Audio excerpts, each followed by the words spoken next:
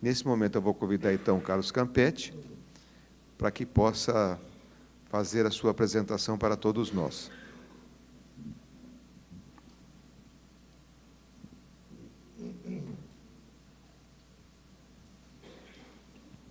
Olá, boa noite a todos. Saudações fraternas a você que nos acompanha de casa. E o nosso grande abraço aqui. Que Jesus nos inspire a todos. Muito obrigado, Carlos. Então, agora vamos dar início à nossa reunião. Eu convido, então, a Divaldo para proferir essa nossa primeira parte da palestra. Senhoras, senhores, queridas irmãs, queridos irmãos espiritistas, caras amigas e caros amigos que nos acompanham pela Web TV Mansão do Caminho, nossos votos de muita paz. Desejamos recordar que no dia 7 de setembro, nossa casa está completando 75 anos e estamos realizando um seminário com uma abordagem de um tema de muita atualidade: depressão e transtorno de ansiedade. Estarão conosco o Dr. André Peixinho e o Dr. Machado, psiquiatra, professor da Universidade de Pernambuco. Efeito de Covid, mas já passou. Quem desejar poderá adquirir o seu ingresso através de uma firma especializada. Como se chama a firma? Simpla. Através da Simpla. Pois não. A pessoa pode abrir no computador, no telefone, e aí já pode extrair o ingresso. Começa às 8h30 da manhã até às 13h30, com 2 pequenos intervalos. Um deles, mais ou menos meio-dia, por uma questão técnica, para obrigar todo mundo a correr a nossa parte de alimentos, porque ninguém vai aguentar tomar a primeira refeição e só ir tomar a segunda muito tarde. Então, nós demos um jeito para que a cantina se prepare para receber as 1.400 pessoas que estamos esperando. Já estamos com quase 400 inscritos nos últimos 8 dias. Durante a Primeira Grande Guerra, a humanidade experimentou um elemento que era algo desconhecido: a violência nas expressões contemporâneas. A palavra violência foi criada em 1231 para poder significar a reação humana à paciência, à tranquilidade. Violência, pois, em italiano, como foi criada, distendeu-se em um mundo medieval, no século XIII, e a partir daí, a sociedade lentamente tornou-se vítima da violência. Neste momento histórico, a Terra padece a injunção dolorosa da violência. Sob qualquer aspecto que nós observemos, a violência faz parte do ser orgânico que nós somos, porque a própria organização fisiológica é um ato de violência dos átomos em permanente movimento dentro de nós.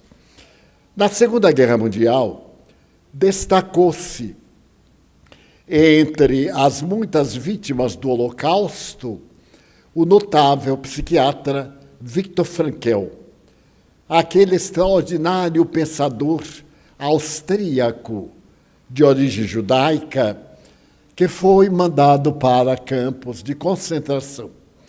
Ele esteve em 4 campos de concentração, pelo crime de ser judeu. E ali ele viu desaparecerem 186 pessoas, membros do seu clã, a começar pela esposa. No mesmo dia em que foram aprisionados e foram transferidos para Dachau, e aqueles outros que lentamente foram dizimados. Ele conseguiu sobreviver e explica em uma das suas obras, que é autobiográfica, que ele fez tudo para viver. E apesar de haver estado no maior campo de horrores da humanidade, ele nunca pensou em morrer. Tudo indicava que a morte era inevitável. E à véspera de uma das chamadas, quando ele ia ser jogado em um dos campos mais terríveis de perseguição, onde morreram em apenas 5 anos 1.100.000 judeus, fora russos, polacos, tchecoslovacos e etc. E ele percebeu que a morte era muito amiga do medo. E aqueles que cultivavam o medo, que tinham horror pela morte, mais facilmente eram sorteados pelas manhãs, quando eram selecionados 50 de cada vez que deveriam morrer. Viktor Frankl criou para a humanidade uma técnica psicoterapêutica das mais extraordinárias, aquela em que o indivíduo é o seu terapeuta e a sua vida é resultado das suas reflexões. Quando ele foi preso, ele estava escrevendo um tratado de psiquiatria para modernizar a doutrina extraordinária da busca da saúde mental.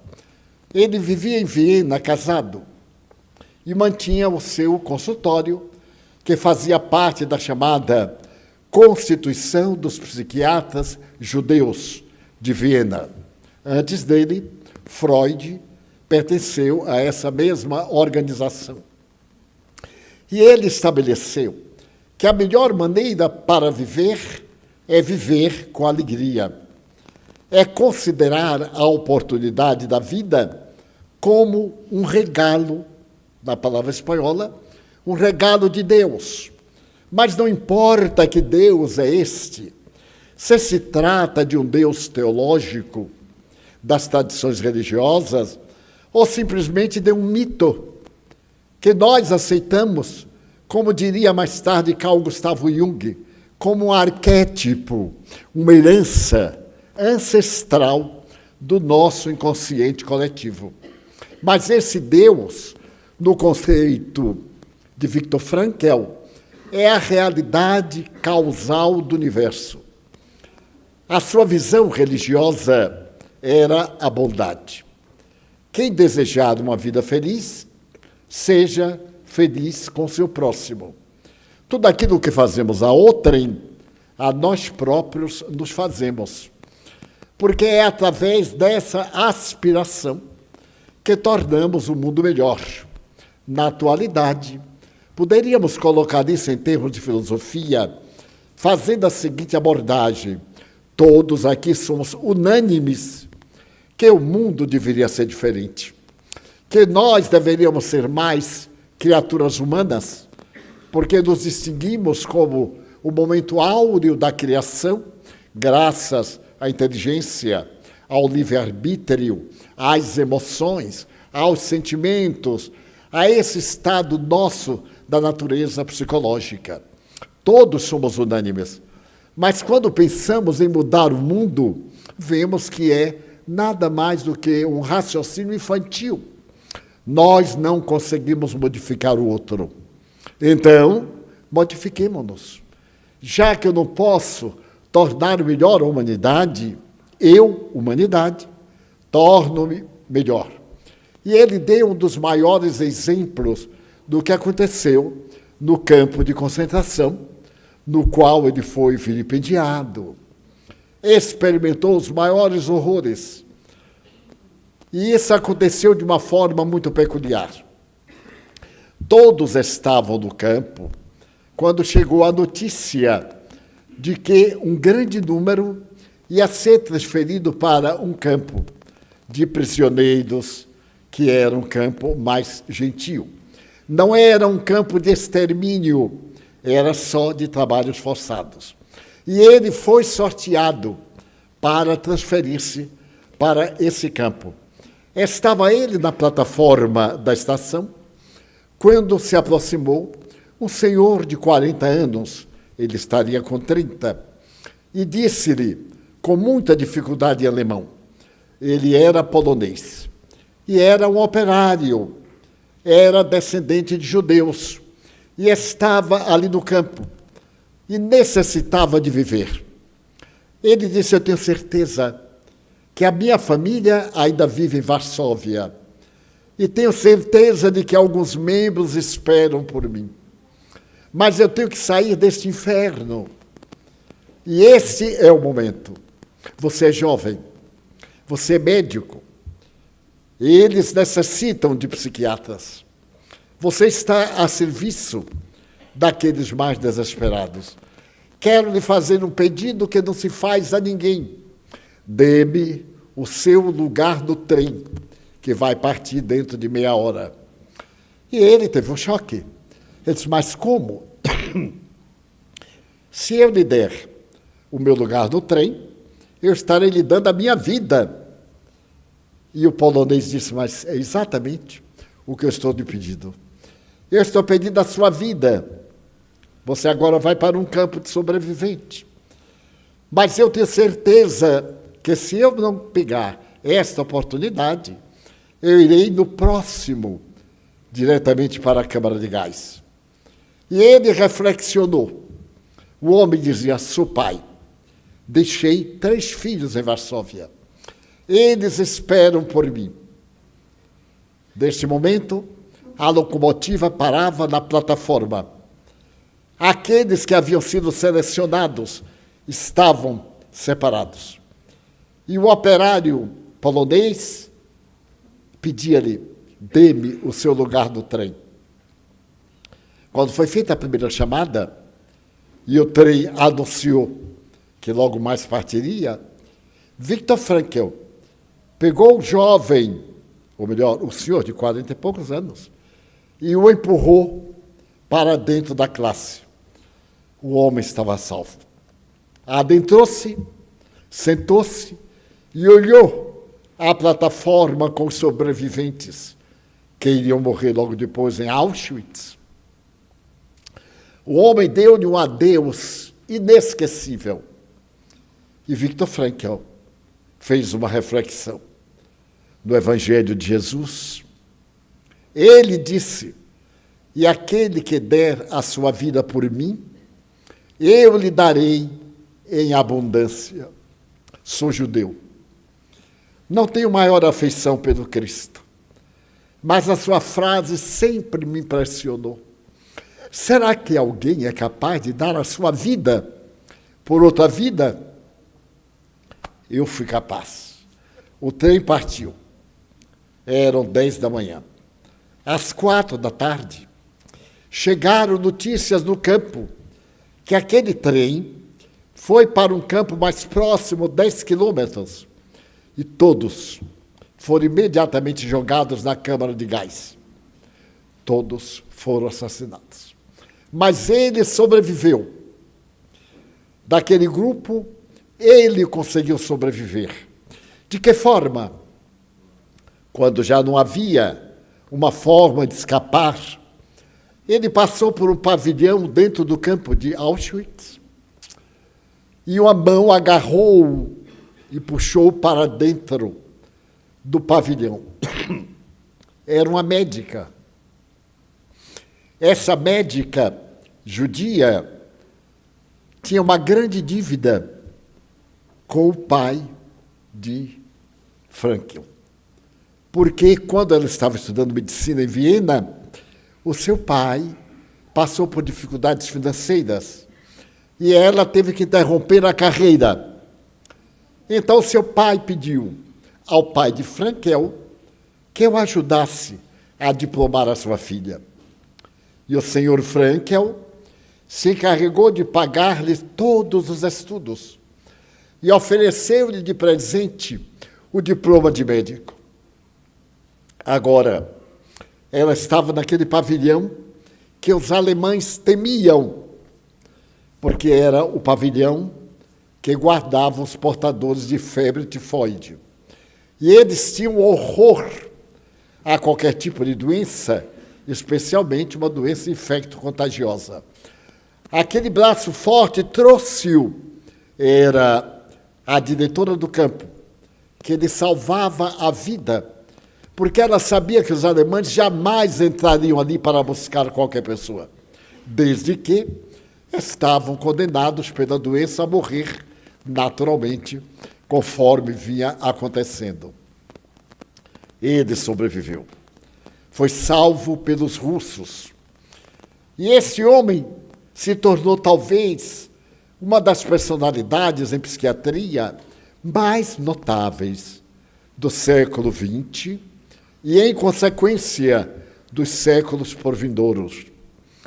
Porque ele recebeu oportunidade de levar a sua esperança de saúde mental e emocional ao mundo. Ele se tornou doutor honoris causa de 12 universidades norte-americanas. Quando veio a paz, e ele publicou as suas obras, O Mundo Novo, a América, periodicamente mandava chamá-lo, para que desse aulas nas universidades do Novo Mundo.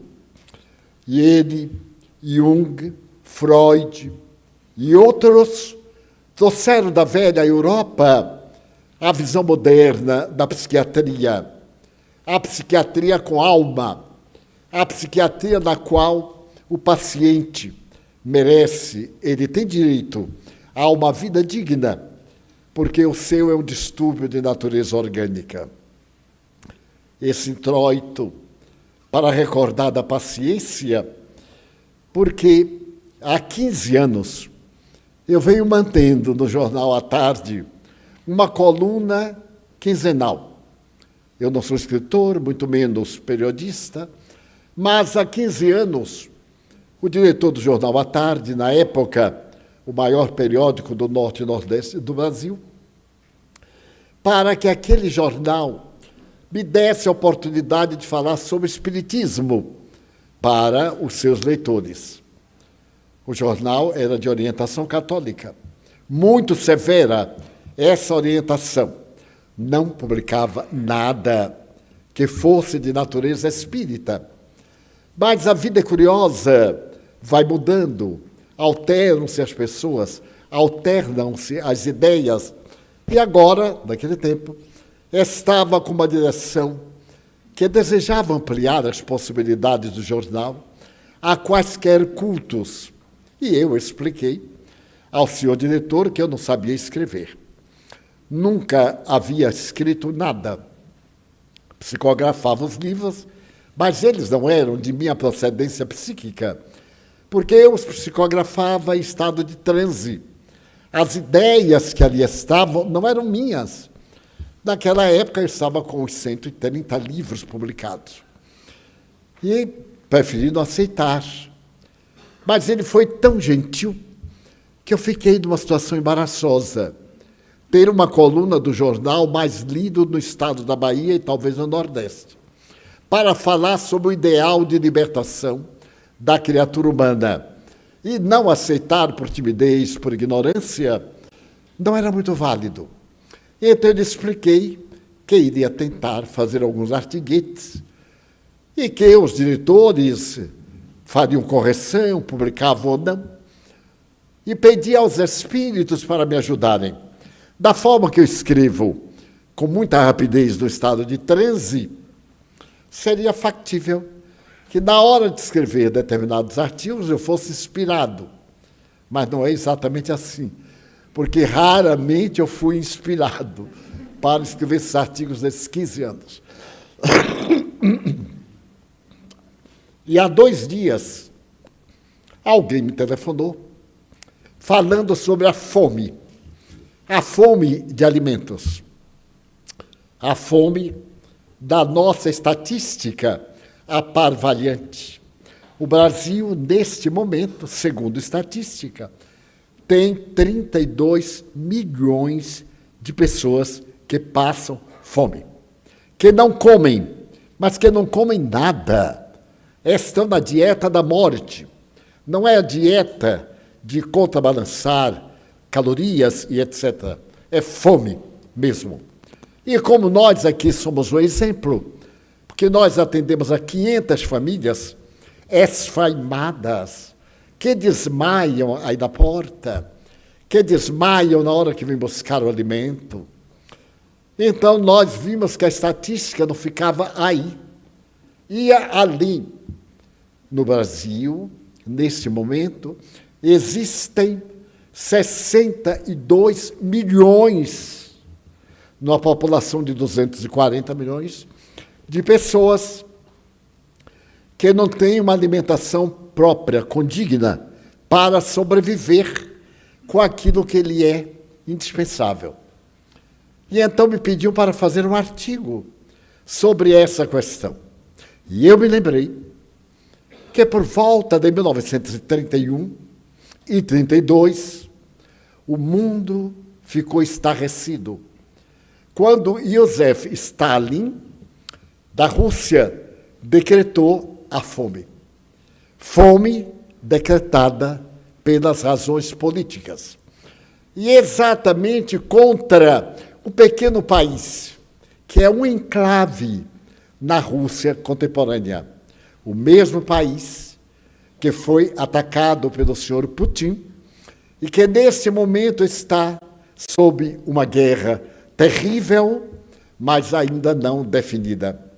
Naquela oportunidade, Stalin, odiando os seus irmãos de raça, de origem, decretou a grande fome e matou 3 milhões de pessoas à fome.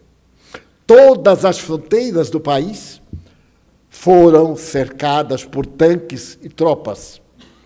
E até a grama, o capim, era proibido ser comido pelas pessoas.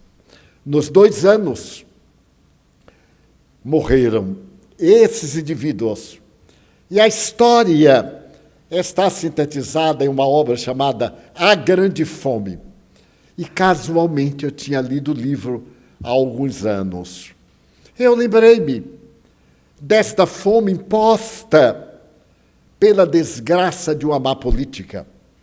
A política da imposição, de idealismos. Os idealismos passam com os idealistas. E então lembrei-me de fazer um artigo que é publicado cada 15 dias, quinta-feira. E coloquei o nome Fome. E passou pela minha mente a vida da violência. Por exemplo, durante a Segunda Guerra Mundial, morreram na violência belicosa 110 milhões de criaturas humanas. E hoje sofremos ainda as consequências dessa guerra. Na França, por exemplo, a cidade de Lídice é uma cidade-monumento. Ela está perdida no coração da França. Essa cidade foi totalmente destruída pelos alemães, porque foi feita uma denúncia que grandes obras do Louvre haviam sido transferidas de Paris para uma cidade do interior da França. E que o trem que levava essas obras parou na cidade de Lídice. Os alemães cercaram a cidade, é uma cidade amuralhada, para impedir que as pessoas saíssem. Reunido na praça central, todos os habitantes à noite, e os fuzilaram a todos, pelo crime de talvez, mais tarde se provou que não era verdade, estivessem guardando um dos belos patrimônios da humanidade. Então, Lídice é o exemplo da nossa, da minha, da sua violência.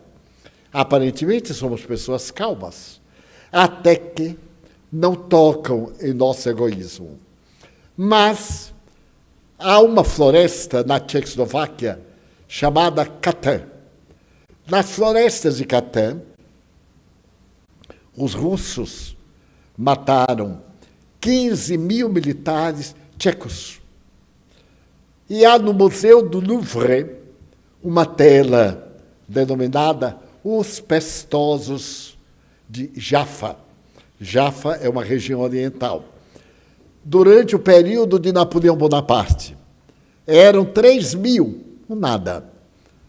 Mas, em verdade, aquela tela era resultado das lutas de Napoleão contra a Turquia. E os franceses conseguiram prender 3 mil turcos. Numa certa manhã, os responsáveis pelo campo de concentração disseram que não tinha alimento para os 3 mil prisioneiros. Então Napoleão mandou matá-los, mate-os, e foram todos assassinados.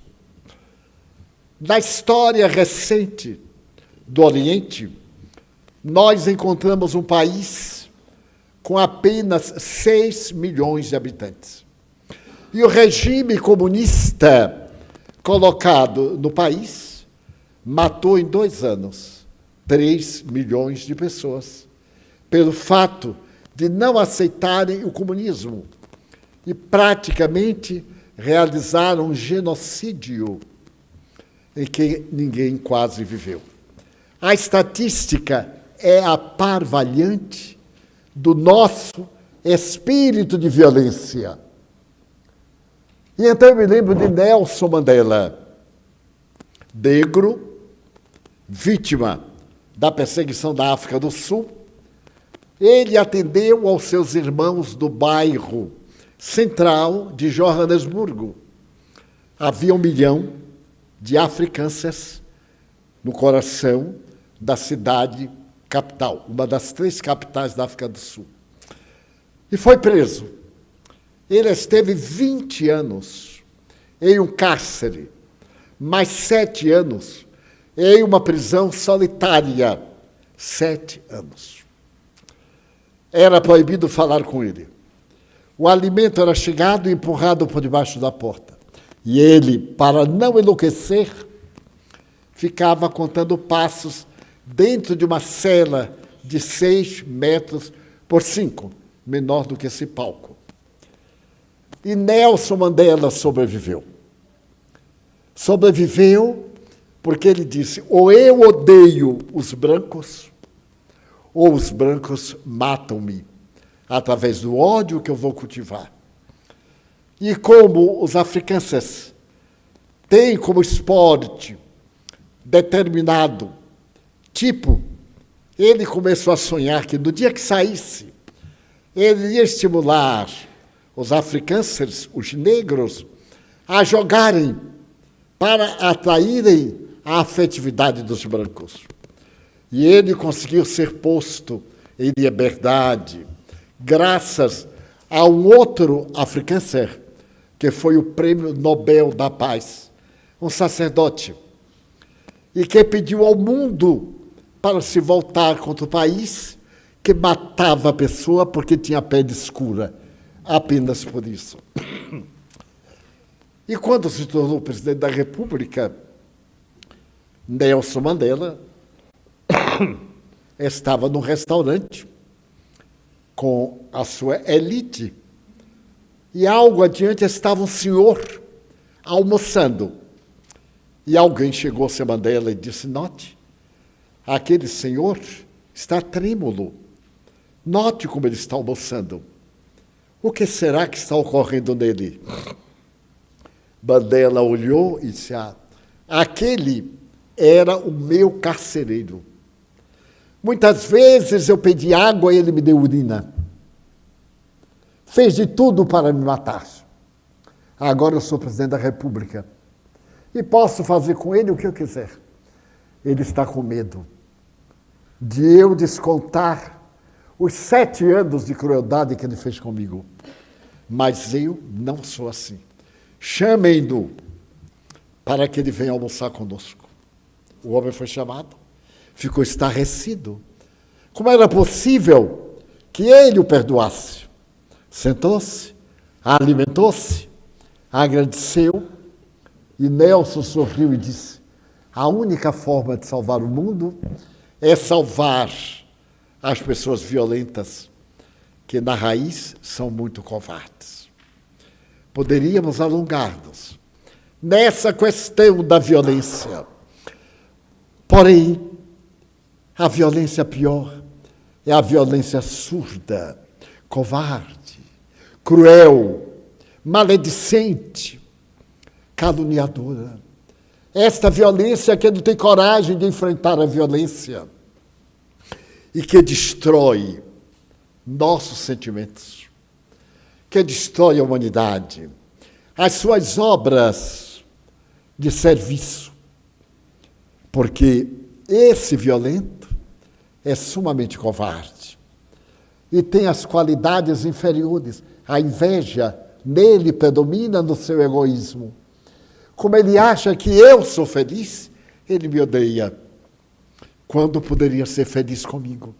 Eu sempre tenho repetido aqui a frase de Aristóteles: quando 2 indivíduos se amam, são um espírito em 2 corpos.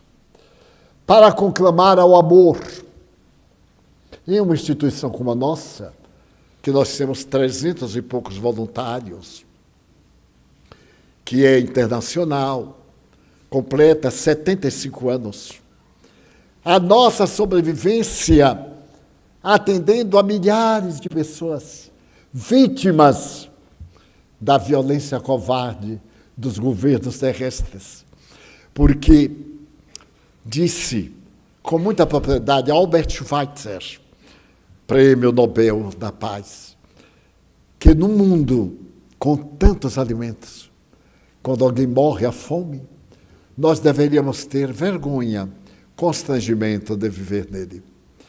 Então eu gostaria de terminar este prólogo falando da violência terrível contra o amor, das pessoas que se comprazem em gerar dificuldades, daqueles maledicentes, daqueles que torpedeiam, daqueles que sorriem e traem a pessoa, daqueles que se aproveitam da sua função para esmagar, mesmo cristãos contra cristãos. Um dos maiores autores da história da humanidade escreveu que o maior número de guerras foi o número de guerras de religião. As religiões mataram mais do que todas as guerras em nome de Deus, o que é um paradoxo. A nós nos cabe reverter, amar, fazer o bem, semear a esperança, ser semente. Já que eu não posso mudar o mundo, eu vou mudar-me, eu vou ser diferente. Eu vou fazer o bem, mas não como algo de promover o meu ego, mas como algo de fazer feliz o meu self. Eu não sou o ego, eu sou o nós, eu sou o você. É isso que os Espíritos vêm dizer. Quando ouvimos falar de Espiritismo, pensamos que é uma doutrina de mágica, de soluções apressadas. Não, não é. É uma ciência profunda de investigação paranormológica. É uma filosofia de encantamento. Você é feliz pelo bem que faz. Você não está ajudando a ninguém, está se ajudando a si mesmo. Então, a minha mensagem deste momento, apesar de ter ultrapassado o tempo um pouco, é para que mudemos, ajudemos, evitemos a maledicência. Este cruel sentimento de traição, falar mal do próximo, comprazer-se com a desgraça de outrem. Eu soube, algures, que numa obra de assistência social muito nobre, uma pessoa foi demitida. E porque não era uma pessoa grada àquela que exercia uma outra função. Essa pessoa poderosa que disse, eu vou botar para fora. E botou, quer dizer, mais um miserável, para o bem dela. Comprou um champanhe e celebrou a desgraça do outro no champanhe. Muito bem. 15 dias depois, veio-lhe um diagnóstico no colo do útero de um carcinoma. Porque as leis divinas são inquebrantáveis. Burlamos, mentimos. Eu iludo os senhores me iludem. São leis humanas, mas há algumas das quais eu não posso fugir. Aonde for, ela está na frente. E uma dessas leis inexoráveis chama-se idade. Eu estou com 95. Eu soube que tem alguém com 96. E eu não vou deixar, eu vou pular na frente. Até ter 97. É inexorável.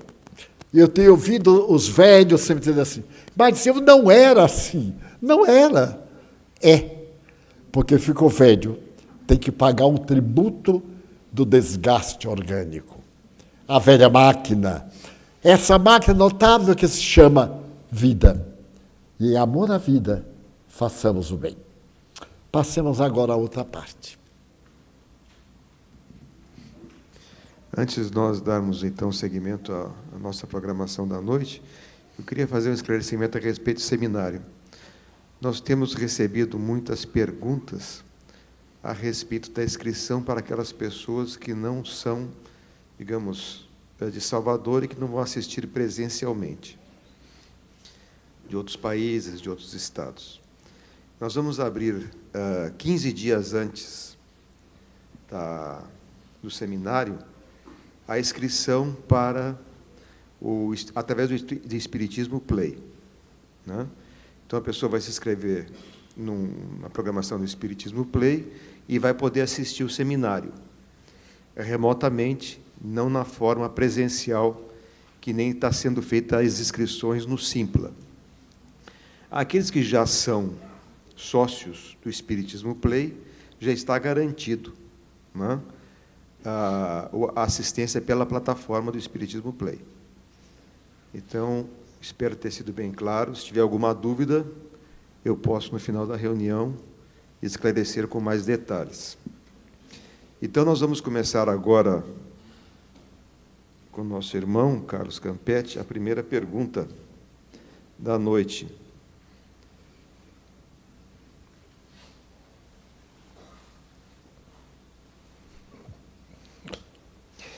Uma pergunta que vem de Valdir, Carlos. Diz o seguinte: que aparência mantemos no mundo espiritual após a desencarnação? Muito bem, nossa saudação fraterna a todos, ao querido Divaldo. Felicitações pela excelente palestra. Nós mantemos a mesma aparência que nós temos enquanto estamos encarnados. Normalmente, ao desencarnar, o perispírito, que é o nosso corpo espiritual, ele tem a mesma aparência da nossa organização física, que é o que morre de fato. Nós, como espíritos, continuamos vivendo com o nosso corpo espiritual, como dizia Paulo, né? Nós semeamos corpos materiais e colhemos corpos espirituais. Então, o que é no espiritismo chamado de perispírito. Então, a aparência que apresenta, né, o espírito vai apresentar é a aparência que tinha da última encarnação, logo de imediato depois da desencarnação. Muito obrigado, Carlos. O Carlos Campetti, ele é diretor na Federação Espírita Brasileira. Então, a nossa irmã lá, Elza, de Londres, ela me fez um questionamento aqui através do WhatsApp, para o Divaldo. Sobre, Divaldo, a cesariana no plano espiritual, que consta no capítulo 16, no livro Nos Painéis da Obsessão. Como entender nascimento no plano espiritual, gravidez? Então, ela pede um esclarecimento a respeito disso. Nesse livro de Manuel Filomeno de Miranda, ele narra a desencarnação de uma senhora grávida numa viagem de automóvel. E para ele foi uma surpresa quando teve notícias que o parto da senhora foi feito no além, porque, naturalmente, o feto também morreu. E ela, ao desencarnar, vitimada pelo problema do acidente, levava o perispírito do ser reencarnante preso a ela. Daí os mentores, como fariam na Terra, procederam ao ato obstétrico, procedendo ao parto, como se estivesse no plano físico. A ideia que nós temos do mundo espiritual é o inverso da realidade, porque nós comparamos o mundo espiritual ao mundo físico, quando devia ser examinar o mundo espiritual na visão que nós temos daqui. Isto é, ao invés de ficar pensando como estarão as pessoas, será que se alimentam, será que fazem sexo? São questões que dependem muito do estágio vibratório em que esses espíritos desencarnaram. O corpo é uma veste. Essa veste é o resultado do congelamento de átomos que se aglutinam em torno de um corpo modelar. A medicina dá a este corpo modelar o nome de modelo organizador biológico. Entre o ser e o não ser, entre o espírito e a matéria, há um corpo intermediário. Os esoteristas chamam corpo astral. Allan Kardec denominou esse corpo como perispírito, aquilo que está na periferia. Entre o espírito e a matéria, há um corpo energético, que é o modelo do meu corpo. Agora, se eu me suicido, utilizando-me de uma substância corrosiva, eu terei um aparelho digestivo, fônico, todo ele atacado pelo tóxico, e morrerei em consequência disso. Esse ato vai incidir naquele modelo, gerando várias perturbações na sua formação. E quando eu me reencarnar, quando eu for reencarnar, levando essa matriz, a matéria que vai preencher vai me apresentar um câncer de garganta, uma grande problemática das glândulas, do aparelho digestivo, o efeito moral do ato praticado. Então, a tese da reencarnação, o indivíduo faz de si aquilo que as suas ações fazem. Todo efeito provém de uma causa, logo, todo efeito consciente vem de uma causa consciente. Dessa forma, aquele parto no além é comum. Várias mulheres que venham a desencarnar no ato do parto, ele vai continuar no além, porque os dois espíritos não vão ficar ligados. Tem que ser seccionados normalmente e cada qual vai seguir a sua trajetória. Bem, Carlos, uma pergunta de Cláudia. Sempre que me percebo em erro, advém a dor moral. Dizem que sentir culpa não é correto. Poderia esclarecer melhor isto? Bem, não é propriamente que não é correto. A gente naturalmente sente culpa, a gente sente a responsabilidade do engano que cometeu. Agora, a grande problemática é a gente se entregar à culpa, porque isso não é necessário, é uma opção do nosso livre-arbítrio.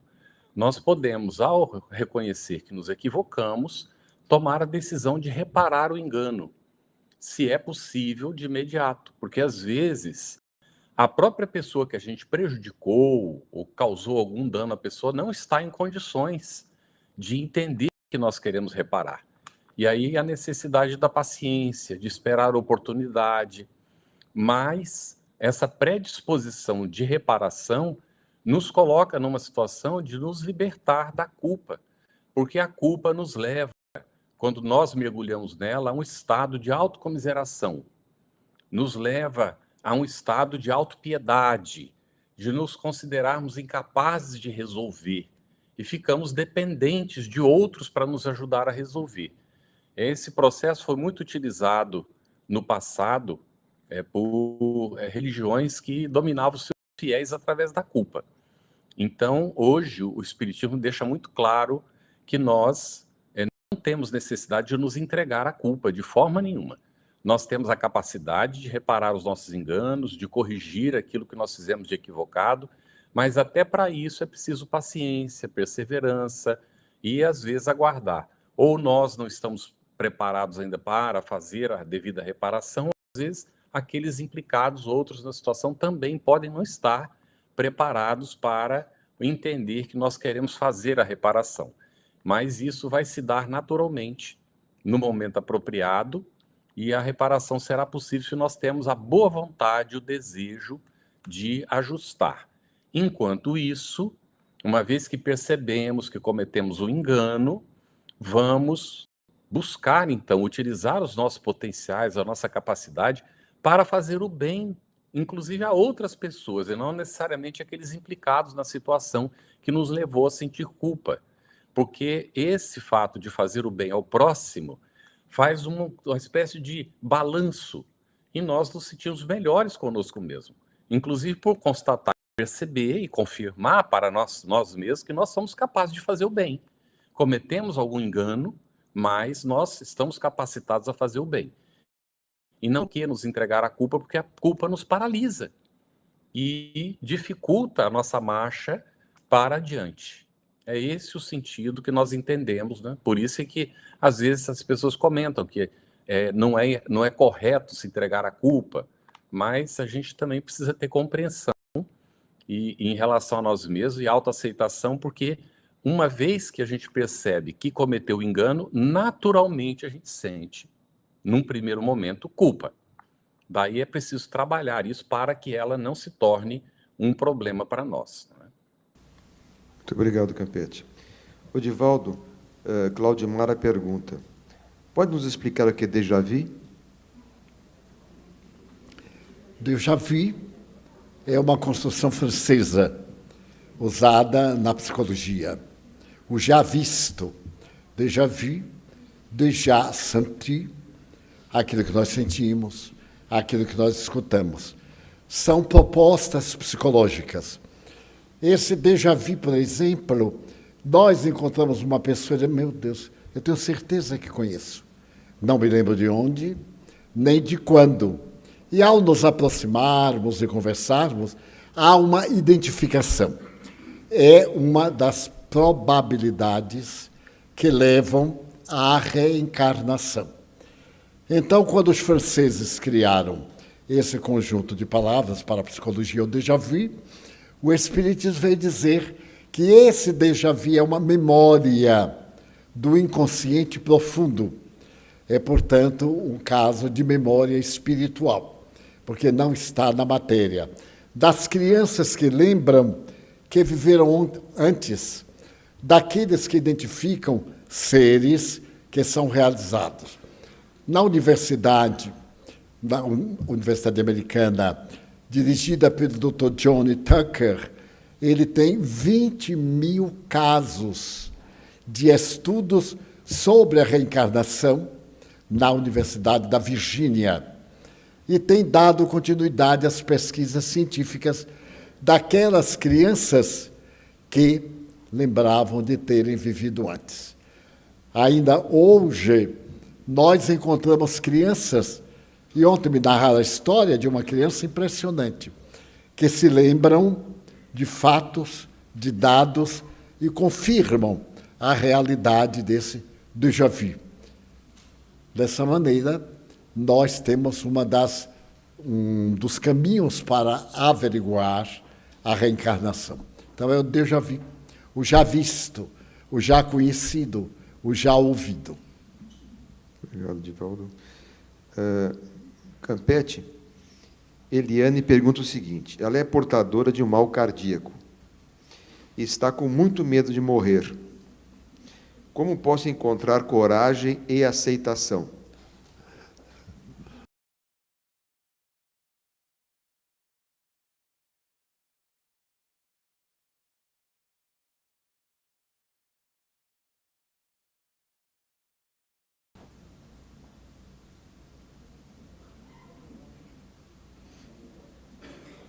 Desculpe, aqui estava com o microfone fechado. Eliane, é o seguinte, todos nós temos um anjo da guarda, um espírito protetor. Então, é importante que a gente ore, estabelecendo a sintonia com esse mentor amigo. Porque quando nós vamos para o sono durante a noite, poderemos, com o auxílio dele, inclusive fazer visitas à realidade espiritual. Não é? Ele pode nos levar a locais que depois será para onde nós iremos ir na realidade espiritual. E isso nos dando uma tranquilidade. Guardamos, de alguma maneira, não é a intuição daquele momento que a gente teve, às vezes um pedaço de um sonho. Não há razões para temermos. A gente costuma, não brincar com isso e dizer assim: enquanto os familiares que ficam choram a nossa desencarnação, que é a morte do corpo, os familiares do outro lado que estão nos recebendo fazem festa pelo nosso retorno. Então, nós não estaremos sós. Nós temos sempre o amparo dos benfeitores amigos, de espíritos familiares que nos recebem na realidade espiritual, e não há razão para temermos a morte, porque de fato, o que morre é o corpo físico. Nós continuaremos vivendo e depois, na realidade espiritual, passado um tempo, vamos reencarnar para uma nova etapa do nosso processo de evolução espiritual. Isso tudo é uma continuidade. Não será a primeira vez que você retorna para a realidade espiritual, né? Porque nenhum de nós que estamos aqui na Terra é a nossa primeira encarnação. Nós já tivemos muitas outras antes. Então, tranquiliza o coração, tem confiança, não se sinta sozinha, não é? E é muito natural, às vezes, a gente sentir o temor pelo desconhecimento. Mas o Espiritismo nos explica muito a respeito disso. Vale a pena ler as obras de André Luiz, de uma forma de...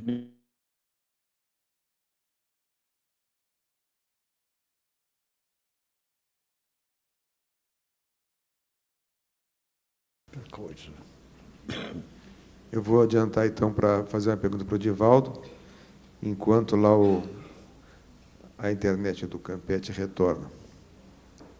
O Divaldo, você poderia comentar alguma coisa sobre a vida de Caibar Schutel? Caibar Schutel é um vulto do espiritismo paulista.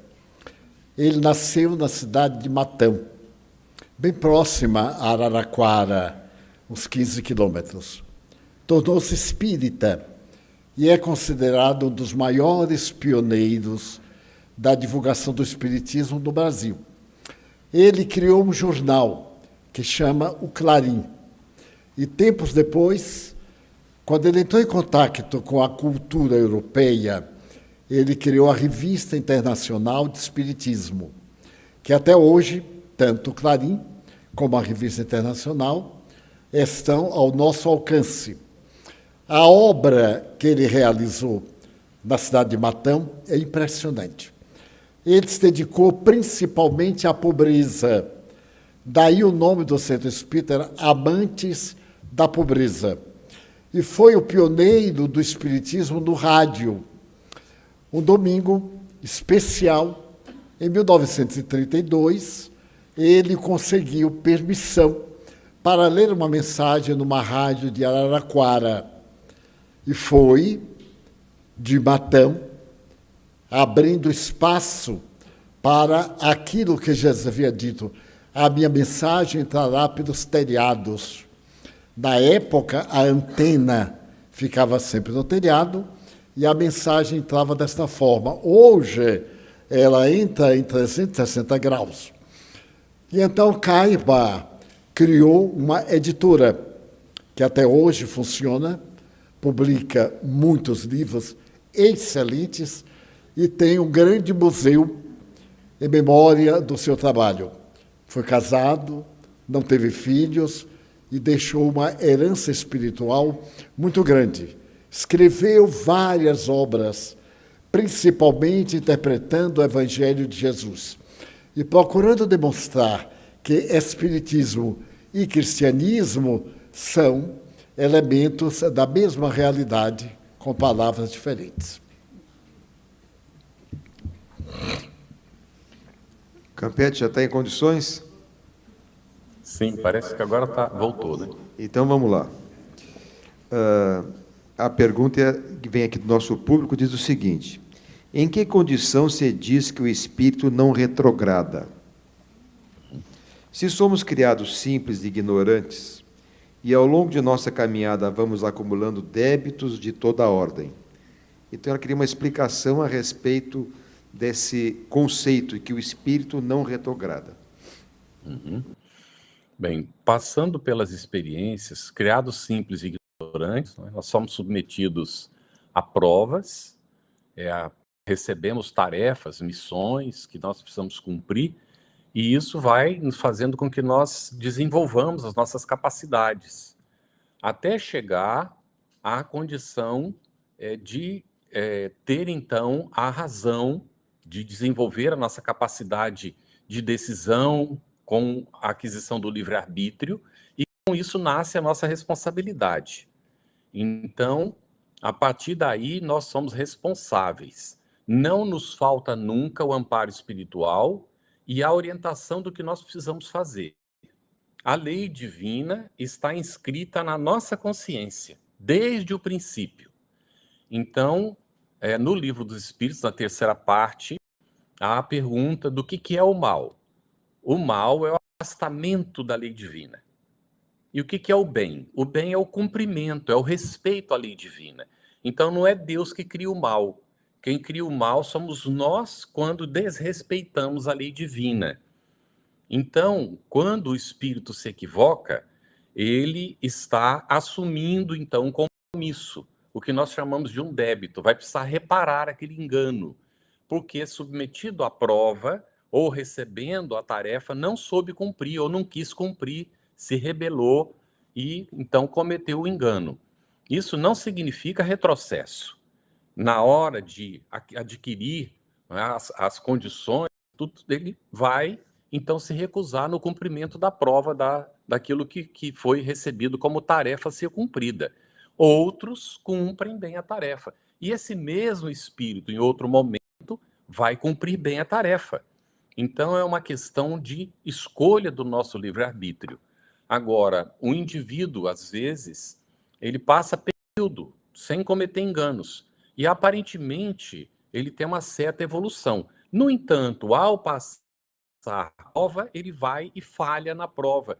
Significa que não havia, de fato, adquirido ainda, não é, a condição. Então, vai precisar repetir a experiência para, então, ou reparar o engano que cometeu e aprender, ou para aprender passando por novas provas para adiantar a sua evolução. Nunca há retrocesso. Aquilo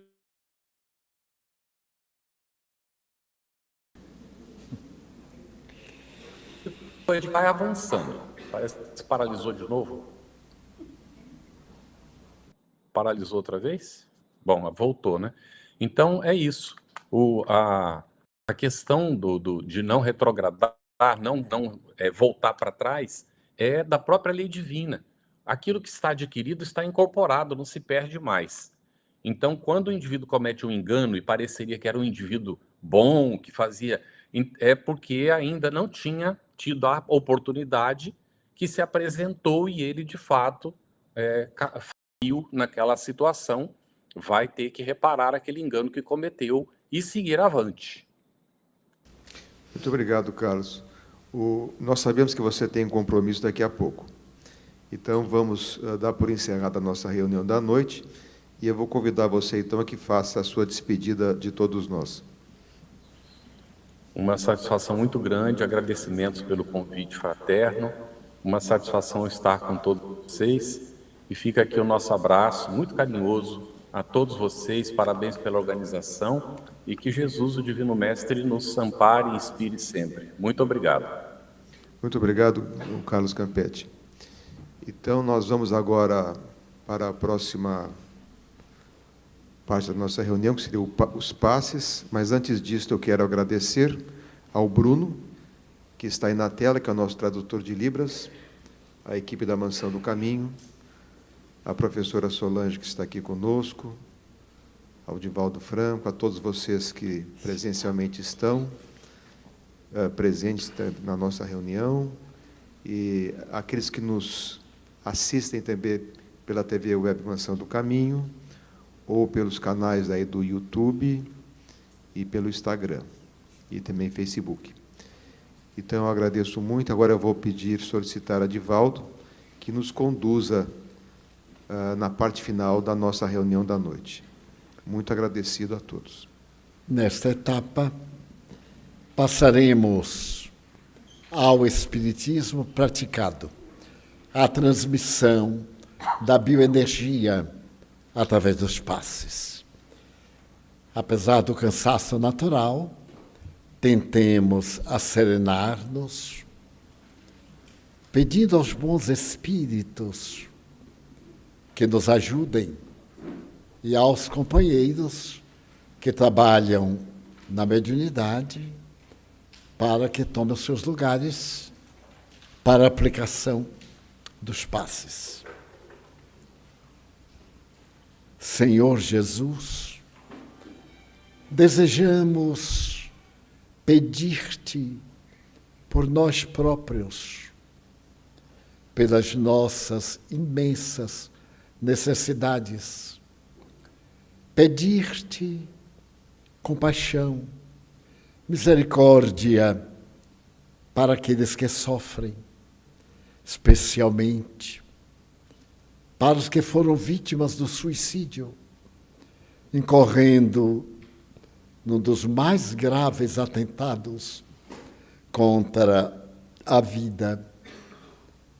Também te suplicamos por aqueles que nos perseguem, encarnados ou desencarnados, aqueles que urdem planos para que fracassemos em nossas tentativas do bem. Ajuda a esse grupo de almas infelizes, mas liberta-nos dos miasmas mentais e emocionais que nos dirigem. Senhor, queremos pedir-te em favor dos nossos familiares, daqueles a quem amamos e que nos amam, de todos aqueles que têm sede de paz e anelam por um mundo melhor. Se for possível, inspira nossos desencarnados queridos a entrar em contato psíquico conosco, dando-nos notícias amenas e abençoadas do seu estado atual. Olhando a paisagem triste que vivemos estes dias, dá-nos sabedoria, saúde e paz, a fim de sermos fiéis até o último instante ao programa do bem. Abençoa nossa água, repete a cena em Caná, tornando-a elemento vital para nutrir-nos. mas, sobretudo, dá-nos a tua paz. Essa paz interior de que necessitamos no lar, no trabalho, na vida social, na terra. Nós te pedimos pela paz na terra. E despede-nos, Senhor, com a nossa emoção gratificante, para que retornemos aos nossos lares, aos lugares em que estamos, em harmonia e em bênçãos. Em teu nome, em nome de Deus, evocando o carinho de Clara de Assis, na data evocativa da sua desencarnação. Encerramos a reunião desta noite com votos de paz para todos nós. Está encerrada a nossa sessão.